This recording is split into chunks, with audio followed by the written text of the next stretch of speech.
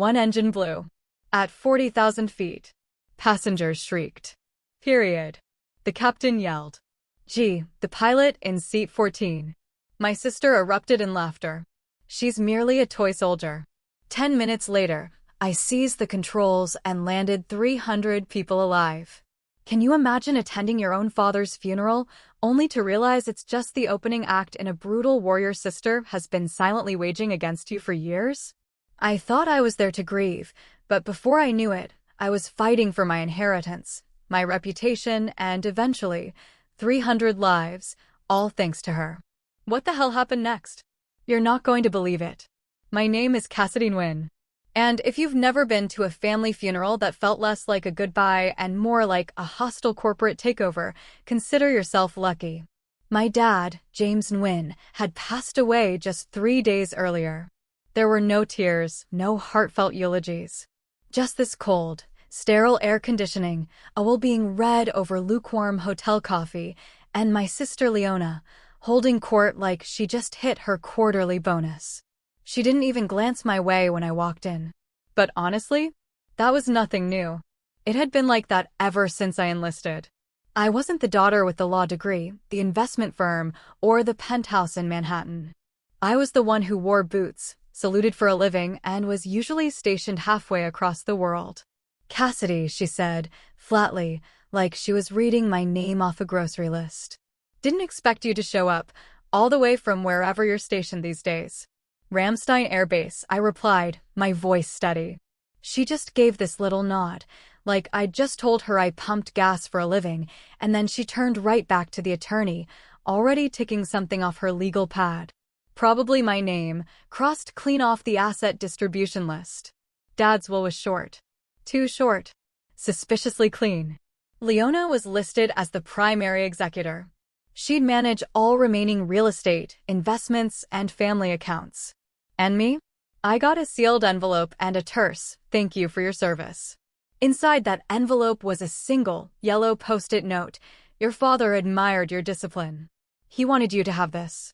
Beneath it, his old military challenge coined from the Korean War and a faded photo of him standing next to a fighter jet, taken back in 1975. That was it. No house, no savings, not even the watch he wore every single day. To Leona, I was just a decoration. A uniform at the funeral for optics. She even made a crack about it later. I hope you're not planning to wear that full getup on the flight home, she said, eyeing my dress uniform as we stood at the check-in counter in Lisbon Airport. It's my uniform, I replied, my tone flat. Sure, she smirked, and I suppose it comes with a little respect me button on the collar? If I weren't so used to her tone, it might have stung. But I was. That was just how it always was with Leona.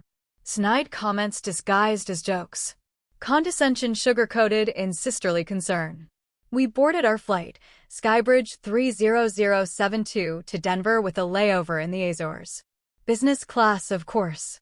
Not my choice. Leona booked it, said we had to fly together, otherwise it would look strange. She snagged the window seat, naturally. I took the aisle. The seat between us was empty. I figured even that much space wouldn't be enough to avoid her attitude. And I was right. You know, she said after takeoff, sipping her Chardonnay, like she was discussing the weather. Dad really wanted us to work together. I think he hoped you'd eventually grow out of the military thing and come home. I stared at her. I didn't know being stationed overseas was a personality flaw, I said, trying to keep my voice even. She let out a little, dismissive laugh.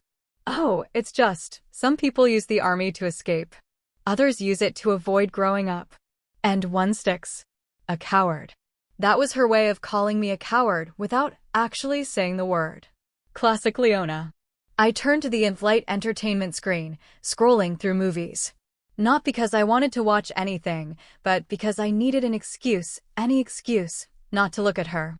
She went quiet for a bit. I actually thought that was it. Then she leaned in, her voice dropping to a theatrical whisper, and dropped this bombshell. You do know you're no longer in the will, right? I froze. She smiled. Slow. Real slow. The mental health clause, she explained, like she was talking about a tax loophole. It disqualifies beneficiaries with unresolved psychological records. I just stared. What are you talking about? I managed to ask. Oh, Cassidy, she sighed, a dramatic eye roll. Remember that eval after Syria? The 3 months of mandatory leave? It's not personal. It's legal. That's when it clicked. She had dug through my military records. She'd found my lowest moment, my weakest point, and she'd weaponized it. She'd used it to push me out of my father's legacy, to sever me completely from what was rightfully mine. You leaked my evaluation, I asked, my voice barely a whisper. I shared it with the estate attorney, she said, a brittle edge to her voice, to protect the family's interests. You're still family, of course. That wasn't concern. That was calculated sabotage. Right then, in that moment, 40,000 feet in the air, I realized something chilling. This flight wasn't just a trip home. It was the final, brutal stage of a silent war my sister had been fighting against me for years. I just hadn't been paying attention. But I was now. Oh, I was absolutely paying attention now. Like, where's this going? Drop a comment if you've ever had family drama on a plane, or if this story just made your jaw drop. And hit that subscribe button for more wild, true story breakdowns like this one. She ordered another drink, calling the flight attendant by her first name like they were old friends, then laughed at something on her phone. I stared out the window, not at the clouds, but past them. I wasn't angry anymore. I was done being angry at Leona. I was calculating. There's a difference. I thought about Dad's challenge coin, the fighter jet in the picture, his silence at the end. Maybe he knew. Maybe that coin wasn't a gift. Maybe it was a message. I slid it from my pocket and gripped it tight in my hand. Just as the seatbelt sign dinged. Somewhere over the Atlantic, at cruising altitude, with Leona smirking in seat 14A, the first turbulence hit. No one paid much attention at first. Just a gentle bump. But then, the first rail jolt made Leona spill her wine. She looked down, cursed under her breath, and pressed the call button with the kind of entitled irritation only people used to getting their way can produce. I didn't flinch. Turbulence doesn't scare me. Unchecked egos in window seats? That's a different story. The flight attendant came over quickly, polite, but clearly busy. We're hitting a little bit of chop, ma'am. Would you like a napkin or a towel? Leona didn't answer right away. She gave the woman a tight smile, then gestured toward her stained blouse, like she expected her to magically produce a dry cleaner on the spot. Whatever you have. And maybe less bouncing next time. The attendant, to her credit, didn't roll her eyes. She just handed over a napkin and moved on. I would have applauded if I wasn't worried Leona would take it personally. The lights dimmed. Slightly. Outside, the sun dipped behind a stretch of clouds that looked like burnt cotton. I shifted in my seat, tugged the edge of my jacket straight, and tried to settle in. But Leona wasn't done. Of course not. She pulled out her iPad, opened an email with bold red letters, and tilted it just enough for me to see without actually handing it over. Got final confirmation from the trust attorney, she announced. It's done. I'm assuming you won't contest. I didn't respond. Mostly because I wasn't sure whether I wanted to scream or laugh. She continued, like she was leading a board meeting. Then Wintrust is being folded into my firm. I'll manage it for now. Unless, of course, you've got experience with managing multi-state asset portfolios while flying jets over conflict zones. I turned to face her fully.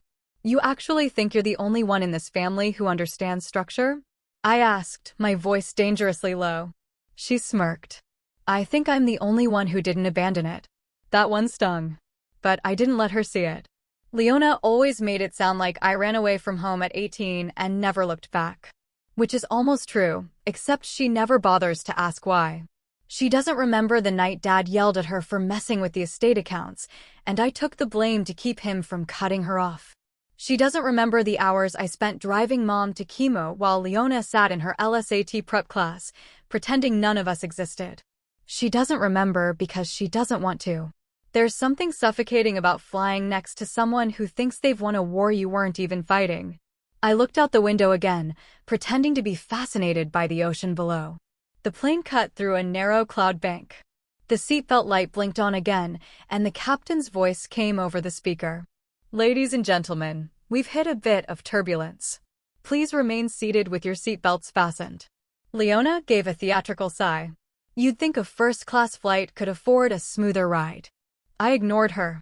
Across the aisle, a man in his 40s, wearing a Denver Nuggets hoodie, looked pale. His hands clenched the armrests. Next to him, his teenage daughter was quietly crying into a travel pillow. Nerves. Understandable. What wasn't understandable was how people like Leona could coast through life thinking everything should bend to them. People like her didn't just climb ladders, they pulled them up behind them. Does this kind of thing happen a lot? She asked, glancing at me like I was an airline employee. Turbulence. I said. Yes. Your attitude also? Yes, she rolled her eyes. You're in a mood. I'm in a cabin with you. There's a difference. She opened her mouth to respond, then stopped. Another jolt rocked the plane, this time hard enough to shift our overhead bins. A few clicks and slams followed. Someone yelped further back. A baby started to cry. The flight attendants began walking faster, checking belts, calming passengers. Leona suddenly looked less smug. I swear, she muttered. If this becomes a thing. It already was a thing. I could feel it. Not just turbulence. Something was off. Years in the air had trained me to spot patterns. How metal vibrates, how wind interacts with a fuselage. This wasn't routine. The engines whined, then dipped, then recalibrated again. Not normal. I glanced toward the cockpit. No movement. A sharp bang echoed from the tail section, followed by what sounded like a mechanical hiccup. People gasped. The cabin lights flickered once. That's when I felt it, deep in my gut. We weren't dealing with a bumpy ride. The smell of burnt plastic was faint at first, just enough to make you wonder if it was in your head. Leona wrinkled her nose and looked around, like someone had dared to use an aerosol in her presence. I knew that smell. Wiring, possibly a short. Possibly worse. A soft chime rang out overhead, then silence. No announcements, no crew moving. Just that hum of every passenger realizing at the same time that something wasn't quite right. Leona finally turned to me. Should they be saying something? I didn't answer. My brain was already running checklists. The tone shift in the engine, the vibration changes, that faint chemical smell. None of it added up to routine turbulence. Still, I wasn't in uniform. I wasn't in control. I was just another passenger. So, I waited. Then came the whine. A pitch shift in the right engine. High, drawn out, mechanical. And then a sudden pop.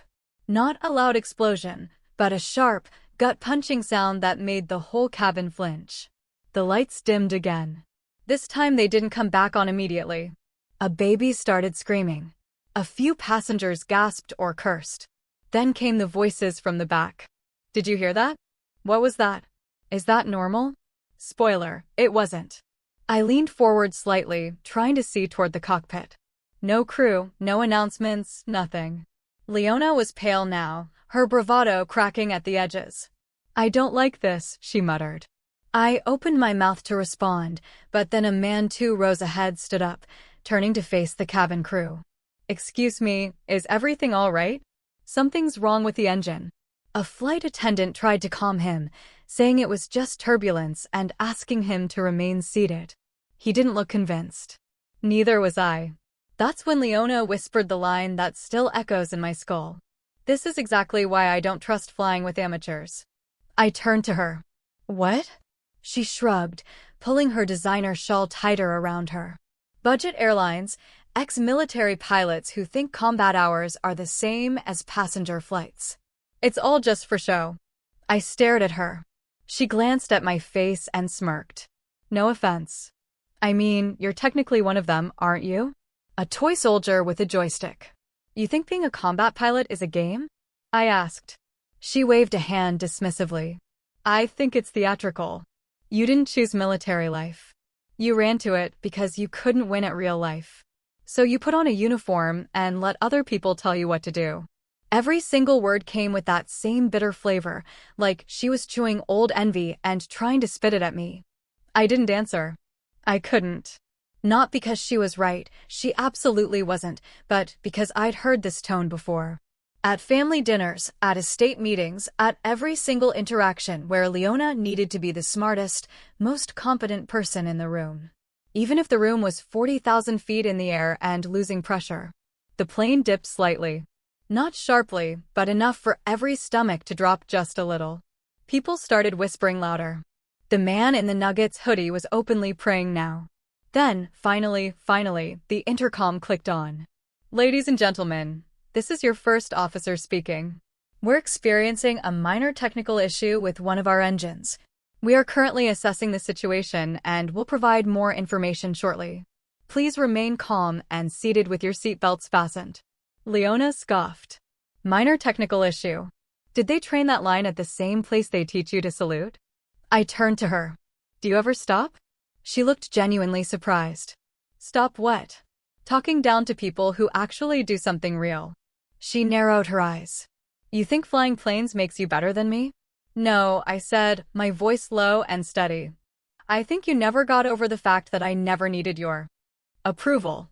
Her lips tightened. But she didn't respond. Probably the first moment of silence from her since we boarded. Another jolt. Harder this time. The plane tilted slightly left. Not a normal bank. A correction. Then I heard something I hadn't expected, a choked cough through the intercom. Then silence. Then the emergency lighting kicked on. And in that half-second of power flicker, I saw the expression on Leona's face change. The arrogance was gone. The confidence drained. She looked like everyone else, scattered. And I was already unbuckling my seatbelt. A sudden jolt threw coffee cups from the tray tables. The entire cabin lurched downward. And for a moment, gravity felt like it had a grudge. Shouts and gasps mixed into a low cacophony. Masks dropped. Oxygen hissed. I caught sight of the man in the Nuggets hoodie gripping his daughter's hand until his knuckles went white. The flight attendant's practiced calm evaporated. She grabbed the intercom microphone. Mayday! Mayday! Engine 2 fire! Crew to cockpit! Her voice quivered on the last word. Leona's eyes went wide. That doesn't sound minor. On the overhead panel, the ECM lights flickered red. I recognized the codes. Engine 2 fire. Overhead. Hydraulic fail. None of it was good. By the time I processed what they meant, the plane tilted again. Hard. A sharp explosion echoed from the right wing. A whoosh of hot air flooded through the cabin vents, carrying the smell of burnt metal and frustration. The aisle carpet lifted slightly as airflow reversed. Someone screamed. In the cockpit, the co-pilot was struggling with the fire handle. He yanked it, and the engine checklist printed out from a small slot in the panel. Pages fluttered. The captain's voice crackled through the static. Brace for possible decompression. Then nothing. The intercom cut out. I stood up. The straps of my dress uniform held me back for a second before I cleared them. The attendant turned toward me, eyes pleading. Please. Can you help? I nodded. Show me the way. She led me through the chaos. Drinks sloshed off carts. A child vomited quietly in an aisle seat. Passengers held onto overhead bins. The man in the Nuggets hoodie stumbled past, his daughter calling Dad, but she didn't dare move. I reached the cockpit door and knocked. No answer. I tried the handle. It was unlocked. I stepped inside. The scene hit me like a wave. Warning horns blared. Panels glowed crimson. The captain was slumped over the controls, his mask dangling at an odd angle. The co-pilot was still upright, but pressed against the sidewall, one hand on the yoke, the other clutching his throat. He looked up at me, fear flashing in his eyes. I can't clear it. The fire spread, systems fried. I moved to the secondary yoke. Stand back. He scrambled away. I pulled on the mask, clipped it to my harness. The captain twitched. I tapped his shoulder. You okay? He shook his head, eyes unfocused. The co-pilot pointed at the checklist printer. Engine out procedure. I grabbed the printout. Skimmed code names. Hydraulic bypass. Manual gear deployment. Alternate trim switch. My military training clicked in. Each step, every verse, I knew by heart. Leona stumbled in behind me, clutching the door frame. What are you doing here? I ignored her. I didn't have time for family therapy. The plane was banking left, altitude dropping. I could feel the nose dipping below the horizon. Instruments flashed warnings. "Cassidy, do something," she whispered. Her tone had shifted from smug to desperate. I flipped the selector switch to manual hydraulics. The yoke stiffened. I braced myself, pressed forward gently, then eased back. The engine snarled in protest, but the bank lessened. I read the altitude, 32,000 feet, and falling fast. I keyed the push-to-talk.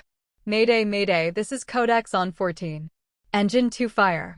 Captain incapacitated. Request priority vector to nearest diversion airfield." My voice cut through static. Silence. Then a crackle. "Codex, this is Madrid Center. Rose's airstrip is 150 miles southwest. Approved glide approach. Confirm altitude and heading." I repeated the numbers and switched channels. Leona leaned in close. "Are we going to die?" I turned to her. "Not on my watch." She blinked. "You're serious about this, aren't you?" I didn't indulge her. I returned to the controls. The co-pilot's face was pale. I offered him a nod. He stumbled out and helped the flight attendant secure loose items. I glanced down at the passengers. They were a mess. Pale faces, trembling hands, but they were still breathing. The plane was quieter now. The whining engines replaced by the hum of life support. It felt surreal. Rows of strangers, trapped together by disaster. I adjusted the trim manually. Felt the cabin shift. Checked heading. Checked glide ratio. I visualized the runway, 9,000 feet of concrete in the middle of scrubland. No room for error. I tapped my thigh. Leona watched with wide eyes. That's when she realized I wasn't a toy soldier. I was exactly what the situation needed. The plane shuddered again. This time, like an animal testing its strength. I leaned into the yoke and held it steady. No second-guessing, no theatrics. Just action. The cockpit door slammed shut behind me as the plane hit another pocket of dead air. It dropped just enough to make your stomach jump, but I stayed locked in place. My hands were steady on the yoke. I didn't even blink. "Who the hell are you?" the first officer barked. "Cassidy Nguyen," I said. U.S. Air Force. Currently active. 1,400 flight hours. Cleared for multi-engine military aircraft. He stared at me like he'd just been handed a lifeline he wasn't sure he deserved. "You're the one from seat 14? I nodded once. "That's right." He exhaled. "Thank God." He slid over. His hands were shaking. The smell of panic was thick in the air, sweat, ozone, whatever burned out in the panel behind us. The primary flight display was glitching. We had limited telemetry, one engine completely out, and a partially responsive hydraulic system. But I'd flown worse in war zones. Still, commercial aircraft don't behave like fighter jets. They don't dive, flip, or claw their way through chaos. They lumber. They resist. Every move has to be calculated with margins so tight that mistakes become headlines. I worked fast, checking status indicators, switching backup systems, toggling fuel distribution. Most of it was muscle memory. Behind me, I could hear murmuring in the forward cabin. People asking what was happening whispered prayers. And then that voice. "She's not the pilot," Leona said loudly to the flight attendant near the curtain. "She's not certified for this. She's military." "That's not the same." "It's not even legal." The attendant tried to quiet her, but she kept going. "This is insane. You're trusting a woman with PTSD and a combat record to land a passenger jet." I didn't respond. I kept working. "She's not even a real pilot," Leona insisted. "She's a toy soldier playing dress-up." The co-pilot flinched. I could tell he was waiting to see how I'd react. I didn't give him the satisfaction. I locked in our altitude, adjusted the trim, and confirmed the remaining engine was still stable. "She saved our descent vector," he said finally, as if defending me. "Without her, we would have dropped like a rock." That shut her up, at least for a moment. I clicked the intercom. "This is Cassidy Nguyen, United States Air Force. I've assumed co-control of this aircraft. The captain is unresponsive. We are stabilizing and diverting to an alternate airfield. Stay calm and stay seated." The plane was quiet for the first time in 20 minutes. I glanced over at the co-pilot. "You good?" He nodded. "Better now. But you'll need to fly it in." I don't trust the stick response. It's inconsistent. I took a breath. That meant the landing would be mine alone. The longer we stayed in the air, the more likely the fire in Engine 2 could destabilize the entire right side system. And the airfield we were headed to wasn't built for planes this size. The margin was razor thin. I adjusted heading and rechecked the backup comms. Azor's center was still tracking us. I gave them altitude and expected ETA. They cleared a strip and confirmed rescue crews would be standing by. "Cass," Leona said, her voice suddenly close behind me. I turned slightly. She had pushed past the curtain and was now standing just outside the cockpit door, arms crossed, eyes wide. "You're really doing this?" I looked at her for maybe a second too long. "Yes. And I need you to get back to your seat." But the tone in my voice stopped her. She blinked like she didn't recognize me. Maybe she didn't.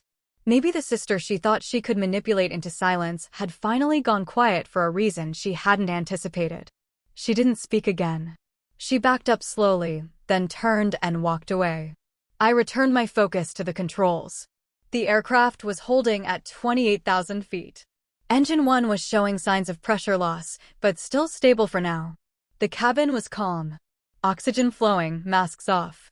People were holding hands, crying quietly, clutching whatever faith they had left. I wasn't just flying a jet. I was flying 300 lives, held together by hope, steel, and whatever was left in that engine. The first thing I did was kill the autopilot. It wasn't doing much anyway. The system was bouncing between inputs, trying to compensate for engine loss with data that didn't make sense anymore. We were flying wounded, barely, but still flying. The yoke pushed back, heavy, sluggish. Every movement had to be deliberate. The co-pilot sat beside me, fingers hovering over switches, eyes flicking to backup gauges every 2 seconds. His name tag said Stokes.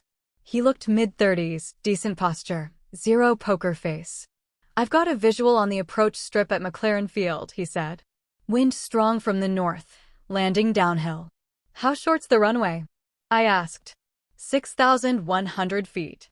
Too short for a 777 with full fuel. "Unless we dump," he replied. "Already in progress," I nodded. Crossfeed open. Fuel was bleeding slow through the right tank. He glanced at the gauge, did a rough mental calculation, and gave me a tight nod. "You sure about this?" "Me neither." We didn't need to say more. In the military, that's what trust looks like. Admitting the odds suck and doing the job anyway.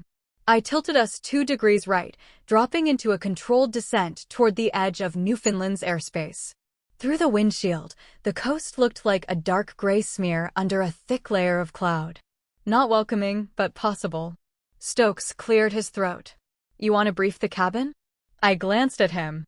"They'll feel what's coming before they need to hear it." He cracked a smile. Barely, but it was there. We passed through 22,000 feet. The nose dropped a bit too fast, so I eased back, compensating manually. The left engine groaned. More vibration than thrust. Not good, but not failure. Yet, the cockpit lights dimmed again, and I heard another relay click in the panel behind us. Auxiliary power transfer. The aircraft was stripping away anything it didn't absolutely need just to keep us flying. "You ever landed a bird this size?" Stokes asked, half curious. "No," I said honestly. "But I've landed fighters missing wings, power, and part of a tail." He grunted. "Fair trade." I leveled us off at 14,000 feet, then banked east-northeast. McLaren was 37 miles out and barely visible on radar. I opened the secondary comms channel and hailed their tower. "McLaren Tower. This is Skybridge 30072. Aircraft is Boeing 777 with partial engine failure. Captain unresponsive. Alternate pilot in command. Request emergency landing clearance." There was a pause. Then, "Skybridge 30072, this is McLaren. You are cleared. Emergency crews standing by. Winds variable 7 knots. Runway 17 is lit and cleared. Be advised, field length is not rated for your class of aircraft." Understood, I replied. We'll make it fit. Stokes blinked, then snorted. You always talk like that? I grinned. Only when I'm pretending I'm not freaking out. We started the approach. Speed 230 knots. Altitude 10,500 feet. Fuel still too heavy, but manageable. Cabin pressure holding. Passengers silent. I imagined Leona sitting in 14A, clutching her handbag like it held all the answers. Maybe wondering if I was going to kill us all. Maybe realizing I was her best shot at not ending up a headline. The runway came into sight barely. A thin gray line cut through pine trees and fog. The kind of landing zone you'd never aim for unless the alternative was worse. Geared down. I called. Stokes hit the switch. The landing gear groaned, hesitated, then locked. I kept one hand on the throttle, the other on the yoke. Every tiny vibration told a story. And I listened to all of them. We dropped to 5,000 feet, still too fast. I eased back the power again, letting gravity do its job. The engines coughed, and the plane wobbled. But it held, Stokes said quietly. We might not stop in time. We will, I said. He didn't argue. The windshield was streaked with mist now. Ground proximity warnings pinged like anxious birds. The cockpit lit up with caution lights, none of which told us anything we didn't already know. This bird wasn't meant to be here, but we were bringing it in anyway. As we crossed 1,500 feet, I glanced once at the dead captain. Still slumped in his chair, oxygen mask askew, face pale as parchment. Stokes caught my look. I'll call it, he said. No, I said. Let me. I adjusted the trim again. The plane didn't respond the way it should have. Too heavy, too slow to bleed altitude, too much drag, and one good engine working overtime. Stokes, double-check the speed. We're still hot. I know, I said. I'm trying to hold flare range without stalling. The ground was rushing up now, way too close for comfort. The approach angle was ugly. We were barely clearing a line of fir trees that looked way too tall for a field this size. I tapped the rudder and dipped us just slightly left. The landing gear creaked. The stick vibrated in my hands. I've flown in combat zones with missile lock on my tail. I've made carrier landings in the rain with half a cockpit. But this was different. There's no bailout option in a 777 full of civilians. No ejection seat, no do-overs. This was either going to work or become a crater on the evening news. Flaps full, I said. Stokes flipped the switch. We're losing lift. Good, I muttered. We need drag more than we need glide. The runway was in full view now. It looked like a driveway. Stokes was doing mental math out loud. We need full reverse thrust and max braking the second we hit. We've got maybe 5 seconds of margin before we overshoot. Noted, I said. Brace for impact call. Do it. I reached for the PA and hit the switch. This is the flight deck. Brace. Repeat. Brace for impact. Behind the cockpit, I could hear the ripple of movement as 300 people curled into the crash position. Belts pulled tighter. People clutched hands, whispered names, made promises no one would hear. Leona's face flashed through my mind for half a second. I pictured her bracing against the seat, clutching her purse like it could buy her way out of gravity. Then I shut the thought down. We were below 800 feet. Stokes muttered. Speed still high. I'm aware. Any ideas? 1. Terrifying. Yes. Do it. I pitched the nose slightly higher, riding the air like a stubborn wave. The wind shear bucked us hard, jolting the fuselage, but I kept the angle. The computer screamed at me. Stall imminent. I ignored it. At 300 feet, I cut throttle on the live engine. Full idle. No thrust. You just killed the engine, Stokes said, alarm rising in his voice. I just force glided mode, I corrected. If we flare too hard on power, we bounce. If we bounce, we lose roll control. If we lose roll control, we cartwheel. He stared. You're insane. Yep. The ground screamed toward us. Altimeter ticking down like a bomb. 100 feet. Whoa. Hold. I whispered. Wheels touched. Slammed. The cabin jolted like we'd hit a wall. The tail slammed down hard, but didn't drag. The tires screamed. I pulled back hard on the yoke while Stokes yanked the reverse thrust toggles. One engine gave us drag. The other gave us smoke. The brakes kicked in, jerking us forward. We were eating runway like a starving dog. Trees at the end were getting too big too close. Still fast. Stokes shouted. Keep it down. I snapped. We're not done. I held the yoke steady as the end of the runway loomed up fast. No shoulder, no extra pad, just a gravel edge and a wall of trees. We were still doing 70 knots. I locked my jaw and kept the plane dead center. We hit a bump. The left side dipped. The right gear squealed. Then we slowed hard. Stokes hit the brake assist. And the plane finally came to a full stop just a few feet before the edge. Silence. Pure, electric silence. No more engine noise. No alarms. Just breathing. Lots of it. Heavy, unfiltered relief from 300 human lungs. Then the cabin erupted. Some people sobbing, others shouting, but most just stunned, like they hadn't processed what just happened. I looked over at Stokes. His face was white, hands trembling. He blinked twice, then laughed once, loud and sharp. You actually did it. I didn't answer. My hands were still gripping the controls. He reached out and gently peeled them off. Outside the windshield, the emergency crews were sprinting down the tarmac, lights flashing. Fire suppression vehicles, EMTs, local law enforcement. A couple of guys in reflective vests who looked like they hadn't expected to be part of any miracle today. I sat back and exhaled. Finally. Behind us, the cockpit door opened slowly. A flight attendant peeked in, face pale. Is it over? Landing's done, I said. Rescue's yours. She nodded, teary-eyed as she left. Stokes gave me a sideways glance. You ever consider commercial aviation? I shook my head. Not dramatic enough. I pulled off the headset, finally aware of how loud everything had been. Inside the cockpit, it was dead quiet now. The kind of quiet that doesn't feel peaceful, just paused, like the whole world was holding its breath, waiting to decide how it should feel. Then the first scream came from somewhere in the back. A sharp, high-pitched burst that didn't sound like fear anymore. It sounded like release. More followed. Voices crying, cheering. Some clapped. Others sobbed uncontrollably. One guy in row 6 stood up and shouted, "We're alive. We freaking made it." The cabin door opened again. Another flight attendant stepped in, shaking like she'd just finished a marathon in a thunderstorm. She looked at me wide-eyed, then blinked a few times. You landed the plane." I nodded, still gripping the armrest. She looked stunned. Thank you. I don't think anyone even knows what just happened." "Good," I said, standing up.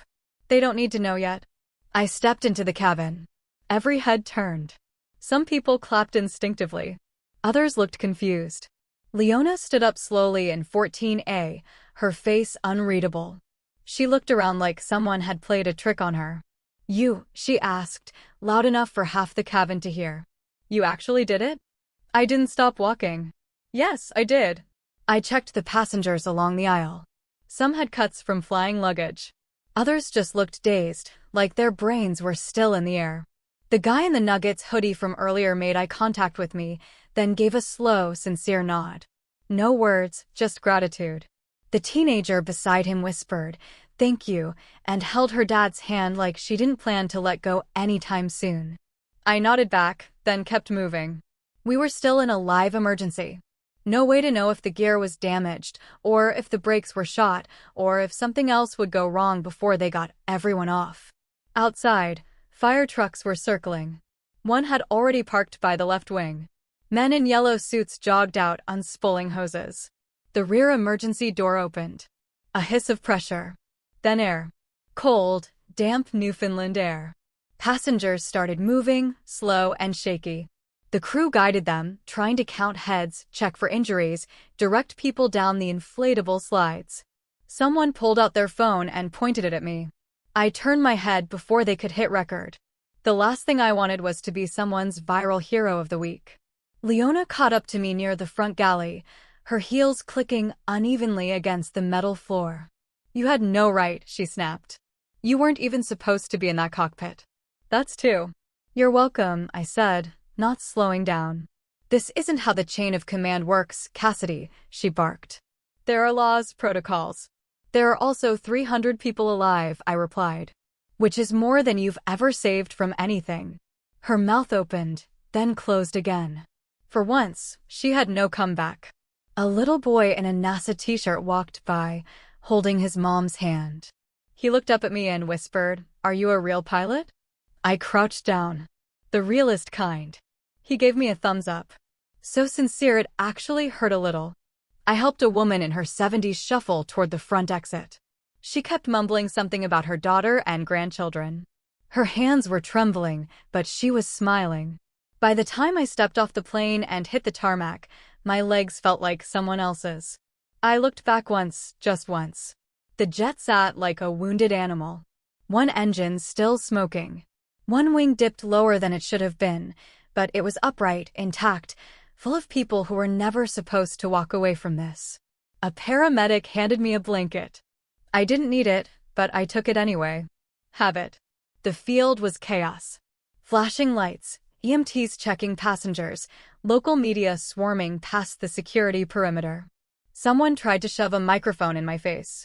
I turned away. Leona wasn't far behind. She stepped down the mobile stairs like she expected applause. None came. She walked over, fixing her hair, trying to reassemble her image. "What are you going to do now?" she asked coldly. "Start taking credit?" "I'm going to make sure everyone gets medical clearance," I said. "Then I'm getting on a call with Air Force Command." "Of course," she said, dismissive again. "Run back to your toys." I looked at her. "You know," I said calmly. "You called me a toy soldier." She crossed her arms. "Because you are." "Then it's a hell of a thing," I said, my gaze steady. "That a toy just saved your life." She stared at me like I'd slapped her. Then she turned and walked away. I didn't follow. The news vans showed up before the adrenaline even wore off. I was sitting on the tarmac with a space blanket still wrapped around my shoulders when the first lens turned in my direction. They didn't ask questions right away. They didn't need to. The image was enough. Boots on the concrete, hands still trembling slightly, hair windblown, and eyes red from focus, not tears. That didn't stop the headlines from writing themselves. Mystery woman lands passenger jet after captain collapses. Pilot in seat 14. Who is she? Combat veteran pulls off impossible landing. I didn't speak to anyone. Didn't give a soundbite. Didn't smile. I was still running checklists in my head. What could have gone worse? What I missed. What I didn't miss, but came too close to. A crew chief from the Canadian response team approached. "Ma'am, we're transporting the passengers to a holding hangar for medical checks and statements. Can we get your info for incident reporting?" I handed over my military ID without a word. He glanced down, then up. "You really did land that thing?" I nodded. He gave a low whistle, then walked away, shaking his head. Behind me, the 777 still sat like a bruised whale, tail heavy, listing slightly, but in one piece. The right engine had melted clean through part of the nacelle. That alone should have taken us down, but it hadn't. Leona passed by me without a glance. She was on the phone, probably already talking to a lawyer or a PR firm. Her jacket was spotless, her makeup still perfect, her expression, nothing. Like none of this had touched her. But it had. I'd seen it in her eyes when the plane jolted the first time. She was afraid.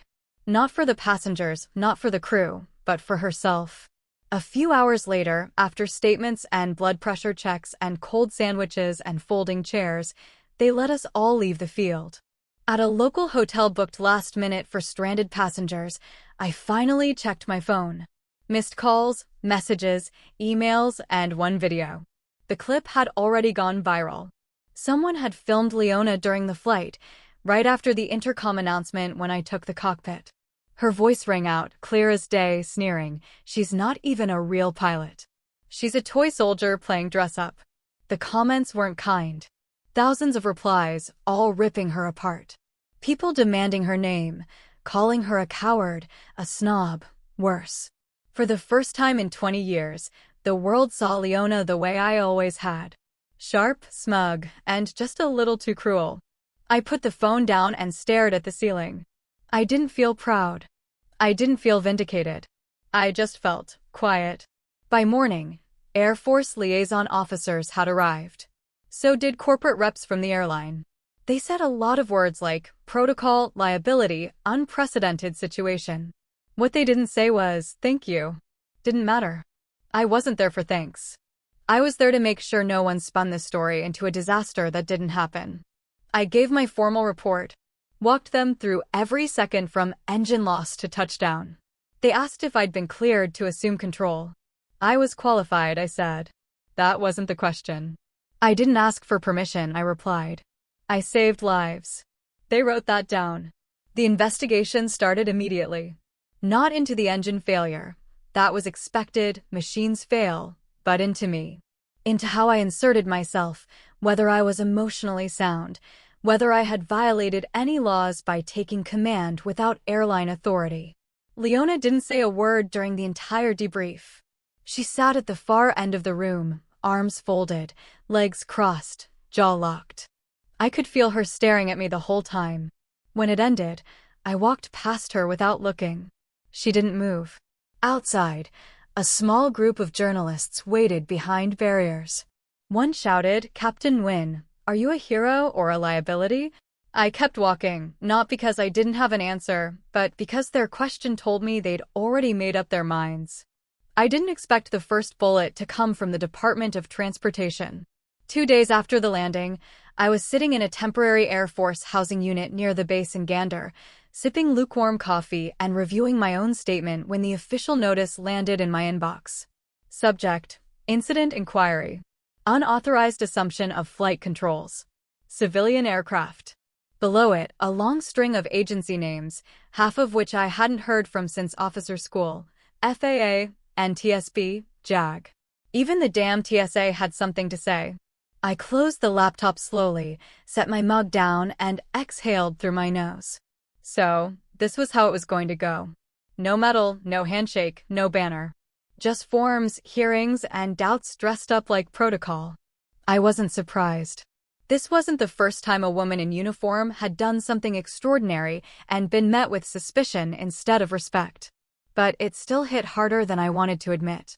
Across the room, a knock on the door. A young Air Force lieutenant stepped in. Nervous posture. Clipboard. Too many pens.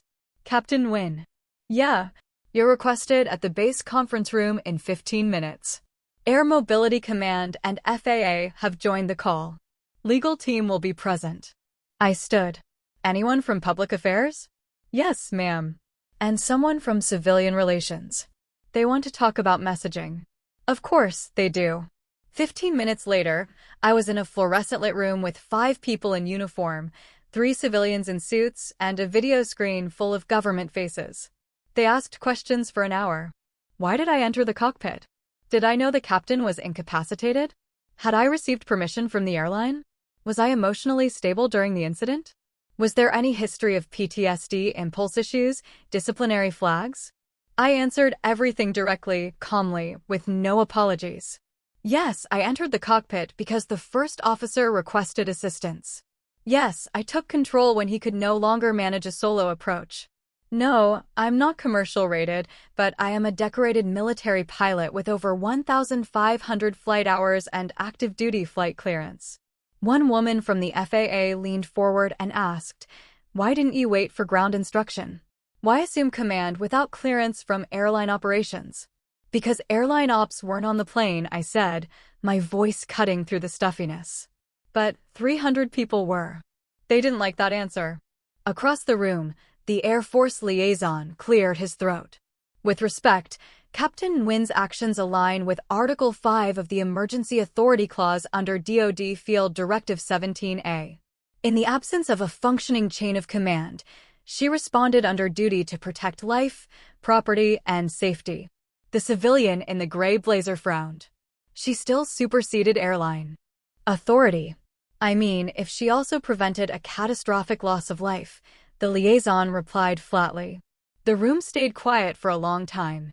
After the call ended, a man from the airline's legal team approached me privately in the hallway. "You've made us very nervous," he said. I raised an eyebrow. Nervous like lawsuits? Nervous like headlines? There's footage of your sister insulting you mid-flight. It's viral. I've seen it. She's a known figure, he added. Big investment circles, high profile. A public scandal could cause damage to both sides. You mean to her reputation? I said. He didn't answer.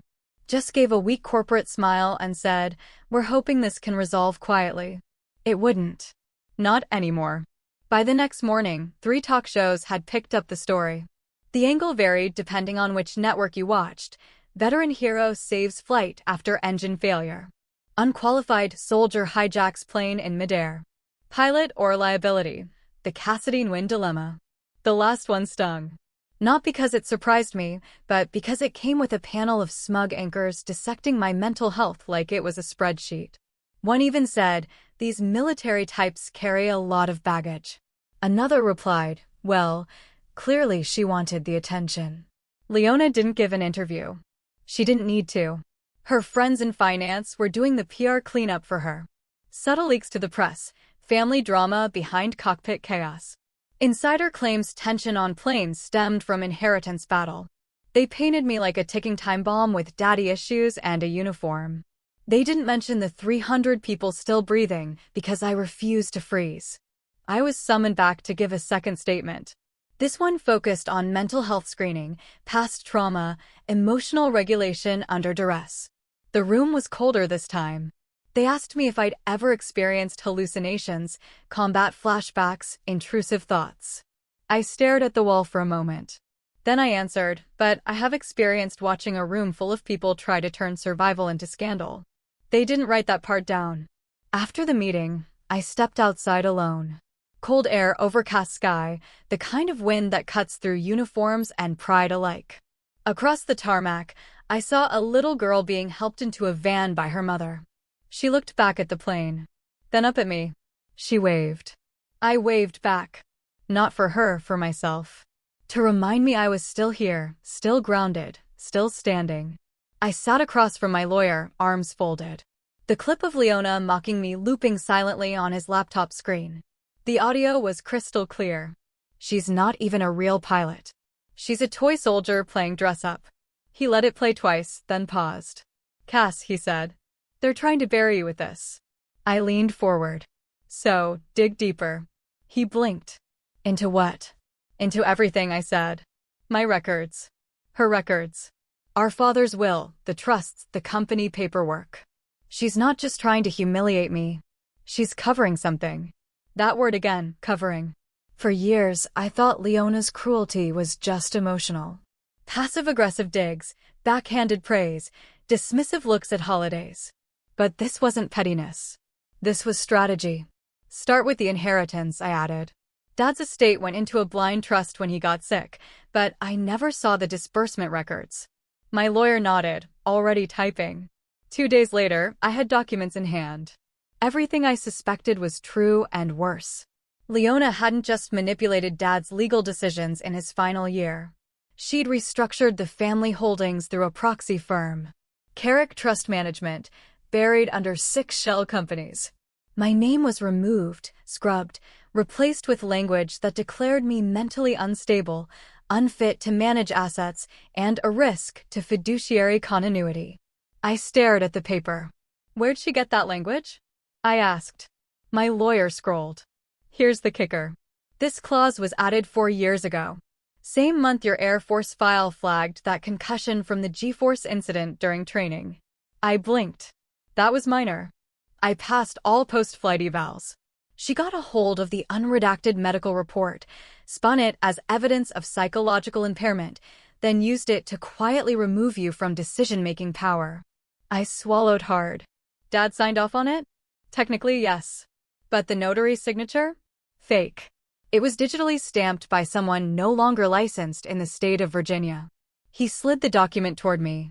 It was all there in black and white. My own sister had used a training injury and forged documents to erase me from the family legacy and from Dad's final years. I remembered the phone calls she blocked. The hospice visits she said weren't good for my image. The legal updates she swore didn't concern me. She didn't want me around because she'd already erased me on paper. I closed the folder slowly, then looked at my lawyer. Can we take this public? We can do better, he said. We can subpoena her. Back at my temporary quarters, I opened a secured laptop and pulled up my military case file. Attached to it, surveillance logs, emails, even the contractor access logs for the Carrick Trust accounts. Turns out Leona wasn't careful. One of the shell companies had routing data that bounced through a VPN badly. Whoever managed the system left metadata behind, and one IP address traced back to an executive suite in Chicago, leased by Leona's firm. She didn't just steal control. She left a trail. I made copies. All of it. Printed 3, encrypted 2, burned 1 to a hard drive. The next morning, I walked into a federal investigator's office with a file the size of a brick. This is everything, I said. Financial manipulation, fraud, medical defamation, and breach of fiduciary duty. He didn't blink. Just took the file and said, "We've been waiting for this." News hit the next week. Leona Nguyen, majority board member of Holberg Financial, was under federal review. Words like fraudulent inheritance maneuvering and strategic psychological discrediting made their way into the press. For once, she had nothing to say. At the same time, the FAA and Department of Defense released a joint report on the flight incident. Conclusion: Captain Cassidy Nguyen acted within reasonable emergency authority. No violation of aviation law occurred. It was over. Officially. No charges, no censure, no apology either. But I never expected one. I was reinstated on active flight duty. But something had changed in me. I wasn't angry anymore. Not the way I used to be. I was focused. I requested a reassignment, advisory role, pilot mentorship, outreach for women in aviation. The Air Force granted it within a week. 2 days later, I got a letter. Not an email. A real, folded envelope with cream stock and blue ink. It was from one of the passengers, a woman named Trish, mother of 3, seat 28D. She wrote, "My youngest had just turned 5. We were flying back from our first family vacation in years. If you hadn't taken that yoke, none of us would have made it. You didn't just land a plane. You saved a family." I put the letter on my desk and didn't touch it for a long time. I didn't quit. I just sat there and let the silence settle. Not the silence of trauma. The silence of something over, something clean. I didn't show up for the board meeting, but my presence was felt in every line of the report. The file was delivered to Holberg Financial's general counsel at exactly 9 a.m., hard copy only, per protocol. Inside were copies of every document Leona signed, edited, or concealed. Every transaction routed through shell firms, every forged notary, and a summary affidavit from a forensic analyst confirming the metadata links between her company and Carrick Trust Management. The board took exactly 11 minutes to call an emergency session. I wasn't there, but I didn't need to be. People like Leona don't fall with fireworks. They unravel in silence, under pressure, behind closed doors, when there's no audience to charm. By the end of the day, her name was gone from the executive page. By the end of the week, Holberg filed a motion to separate her assets from the primary trust, citing loss of confidence in internal governance. They didn't call it fraud. They called it a reputational issue. That's how the powerful lose. Quietly. And without ceremony. Back at the base, I was clearing out my temporary locker when a young airman stopped me. "Captain Nguyen." "Yeah, there's someone waiting for you in the office." "Civilian." I raised an eyebrow. "Did they give a name?" He nodded. "Leona Nguyen." I thought about walking away, just leaving her there in the hallway like she'd done to me at Dad's hospice. But curiosity won. She stood in front of the bulletin board, arms folded, phone off for once. No entourage, no makeup team. Just her, raw, tired, exposed. She turned as I walked in. "I figured you'd be gone by now," she said. "Not quite. I heard you're taking the advisory post." I said nothing. She nodded slowly. "That's good. You're good at training. Focused, predictable, teachable." I didn't reply. She glanced at the floor, then back up. "So, this is what you wanted?" Revenge. That word. I walked past her, picked up my flight binder, slid it into my duffel, then zipped it shut. When I turned around, I looked her dead in the eye. I wanted my name cleared, my father's trust restored, and 300 people alive. That's not revenge. That's responsibility. She flinched. Just barely, but it was real. You humiliated me, she said, her voice brittle. No, I said. You did that yourself. I just stopped covering for it. She opened her mouth, then closed it. The silence between us stretched. The air felt heavy with every unspoken decade of our lives. She reached into her bag and handed me a small envelope. No name, no logo, just thick ivory paper. I didn't open it. Is this your version of an apology? It's a withdrawal, she said. From the estate. From the trust. I'm signing over my shares. I didn't say thank you. I didn't need to. You'll do what you want with it, she added. I assumed something noble. You assumed correctly. A tight smile. The kind of smile people practice in boardrooms. The kind that never touches the eyes. I'll be in Europe for a while, she said. Cleaning up the mess. I nodded. Seems like a full-time job. She laughed. Short, bitter. Then, almost involuntarily, she said, I didn't think you'd land it. I know. She stared at me for a long second. I don't hate you, she said. I'm not here for your forgiveness, I replied. She stepped past me. No handshake, no embrace, no final word.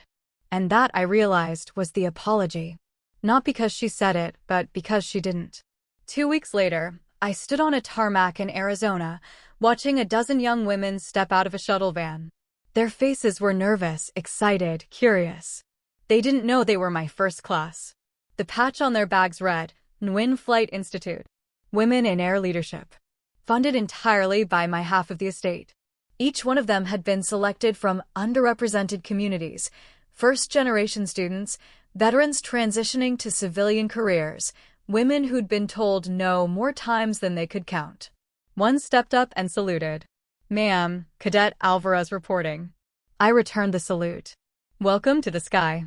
That night, I sat alone on the airfield's training deck, watching the sun burn down behind the runway. My phone buzzed. A message from one of the passengers. It was a photo of her and her daughter standing in front of a new house. The caption read, Alive because of you. I didn't reply.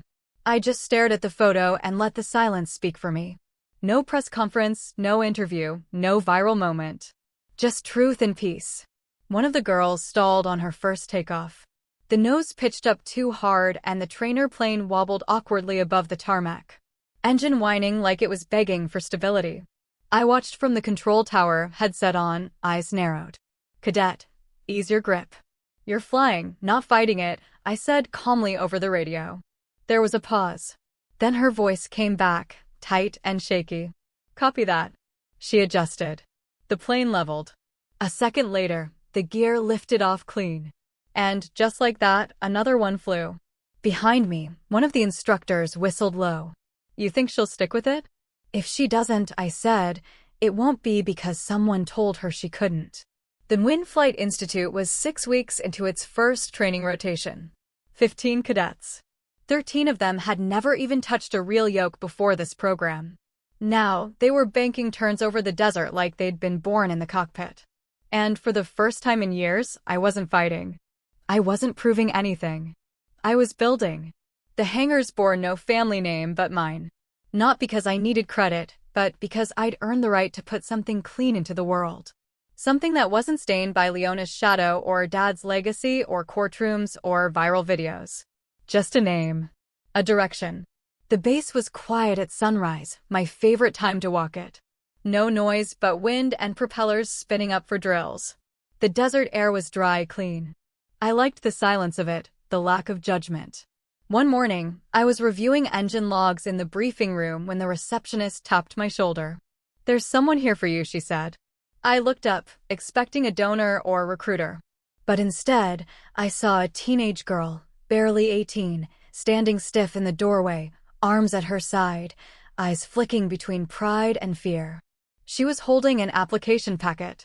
I'm sorry, she said, voice barely above a whisper. I wasn't sure if I should, but I didn't know who else to ask. Huh? I looked at the name on the top of the folder. Morgan Nguyen. Leona's daughter. She stepped forward. I want to earn it. Not because of my last name. Not because of her. Because I want to fly. I studied her for a long moment. Same cheekbones, same stubborn chin. But the eyes? Those were different. Not entitled, not rehearsed. Just raw. What did your mom say about this? I asked. She said she wouldn't stop me, Morgan replied. But she also wouldn't support me. Said if I came here, I'd be on my own. That true. She cut me off 2 weeks ago. Why come here? She took a breath. Because you're the only person in this family who earned what they have. That stopped me cold. I walked to the desk and took her application. Scanned it. GPA solid. Rec letters clean. Motivation letter. She had the background, the drive, and the guts to walk in here alone. Orientation starts next month, I said, setting the packet down. If you make it through the first phase, you'll earn your wings. But no shortcuts. She smiled a little too wide. Wouldn't expect any.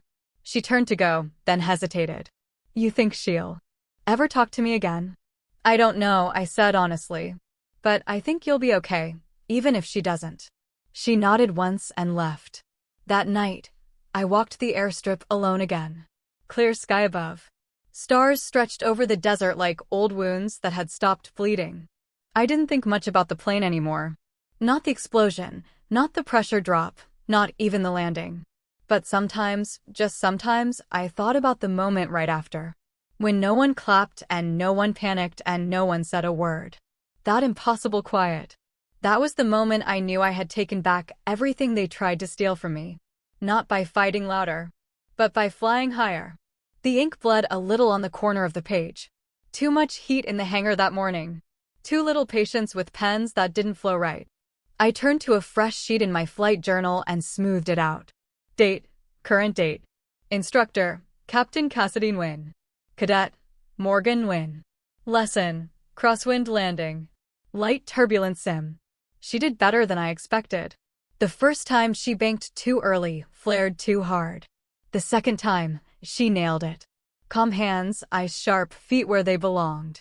After we landed, she looked over at me breathless. Was that decent? I shrugged, hiding the grin. It didn't kill us.